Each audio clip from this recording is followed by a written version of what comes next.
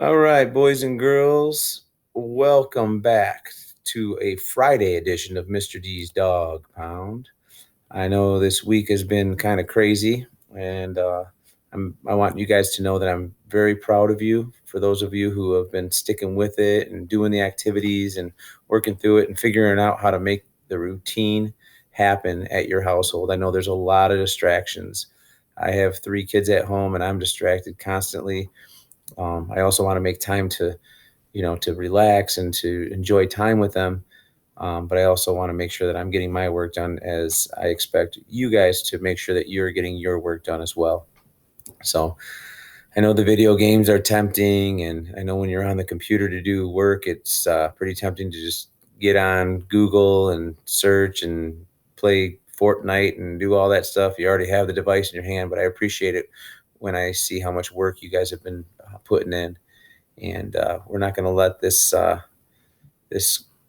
nasty coronavirus get in the way of our education. So um, hopefully, in the next couple of days, you guys will have time to kind of unwind, relax a little bit, maybe get outside a little bit.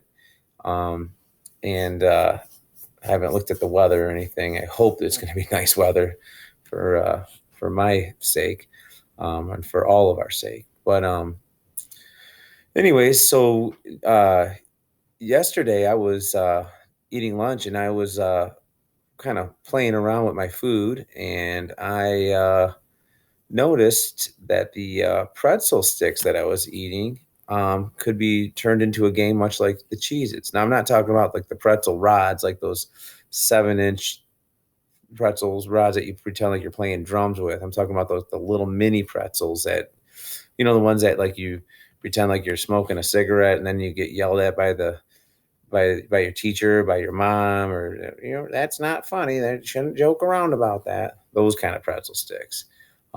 So I took my measuring tape and I measured one of them, and I found out that it was 2.5 inches, and they're all the same size. So I thought, you know what, we could make a game out of that, just like the Cheez-Its. Only what we'll do is just dedicate it to perimeter. So I thought maybe if you took your pretzel sticks before you were eating, before you started eating them, see if you could put them on the table and create and measure a, a rectangle in inches. So I'll just kind of do a simple one here. If I know every single pretzel stick is 2.5 inches, I could make a rectangle with it, and then I could add up all the. Oops, that's a Cheez It. That's not. What am I doing here? Can't get it. Here we go. Nope. There we are. Those darn Cheez Its. They're always getting in the way of things. All right. So if I made my rectangle with my pretzel sticks, I know that's 2.5, that's 2.5, that's 2.5 inches, that's 2.5 inches. And I have to measure all the way around. Now, measuring using whole inches is one thing. Measuring with mixed numbers like halves is another. So I wanted to give you a real quick mini lesson. I put a little sidebar here. If you're adding 2.5 plus 2.5, let's see what that looks like with circles. So two whole circles. Let me scroll down just a touch. And then a half. And then if I'm adding the other 2.5 circles, 1, 2, and then instead of putting the other half down here, I'm going to link it to this one to make a whole. So what we end up with, 2.5 plus the 2.5 ends up being 5. So that's if you add 2.5 plus 2.5. Now, what if you have 2.5 plus 2.5 plus 2.5, which would be like 3 pretzel sticks?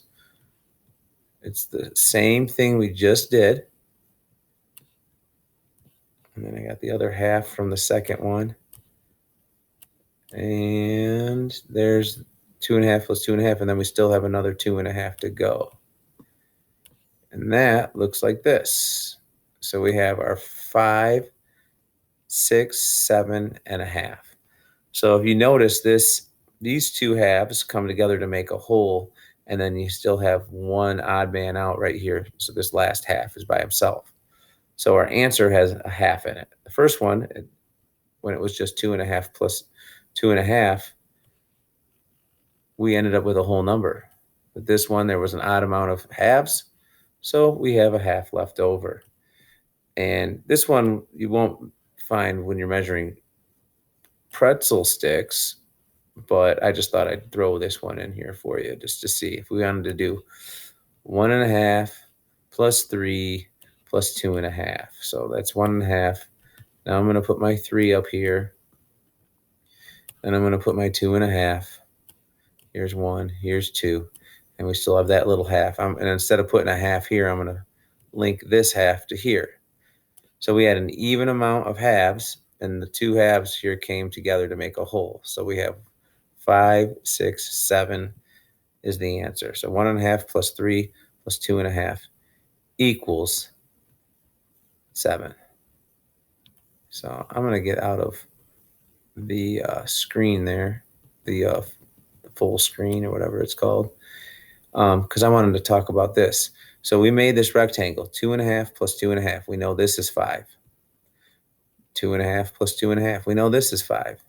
And then we have a 2.5 and a 2.5, and we know that is 5. So 5 plus 5 plus 5 equals 15. So this has a perimeter of 15 inches. Basic rectangle that we made with our pretzel sticks. Now, what if we wanted to do a different activity, like just create a random polygon, name it, and then measure the perimeter in inches? So I already did this ahead of time, and I made this polygon here. And let's find out what the name of this polygon is. Let's figure that out by counting the sides. We have 1, 2, 3, 4, 5, and then these two together make 6. So it's a 6-sided polygon, which means that this polygon is a hexagon.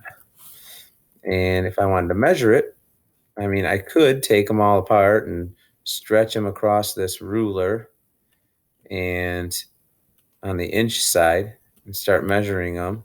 Or I could take the ruler and start to manipulate it around. But I know every single one is 2.5, right?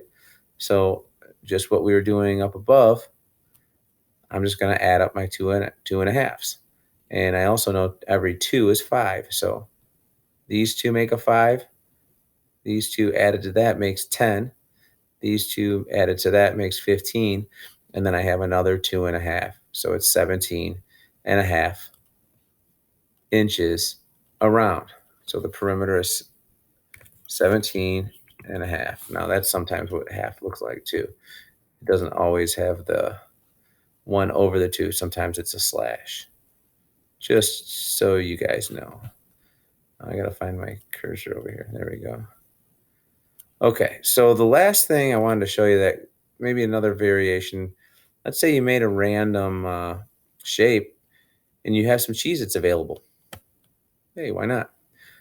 What's the area of that shape? Well, this isn't going to work out perfectly, but each Cheez-It we know is a square inch. So how many square inches does this hexagon take up? So there's, I wonder if they're overlapping. You don't want very much space in between, or any space for that matter, but that looks pretty tight right there. So there's 4. Then we got 5, 6, 7, 8 square inches. So we can't really do the length times width with this one, because I mean, I guess I could have got it, I mean, right here and drew a line, but this kind of irregular shape, you're pretty much tiling.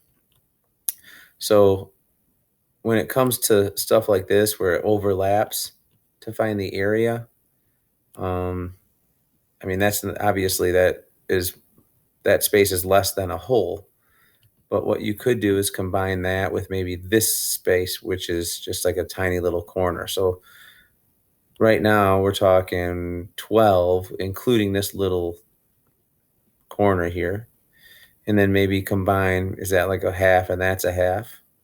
So that's 13. we might be able to get one in here. That's 14, and then these two come together. So we would have to say about. So that is about 15 square inches. So, and obviously, every shape that you make is different, and the um, depending on whether or not you have Cheez-Its available, you could make it into an area project. So, just a little fun playing with our food once again. Um, you didn't know math was in so many different things in life. So, anyways, if you want to try it, it's an optional activity. It would be cool to hear about whether or not you did it and what your favorite part about it was. So um, you can always put it on the old video, the flip grid, and send it to me. So thank you very much, and have a great day.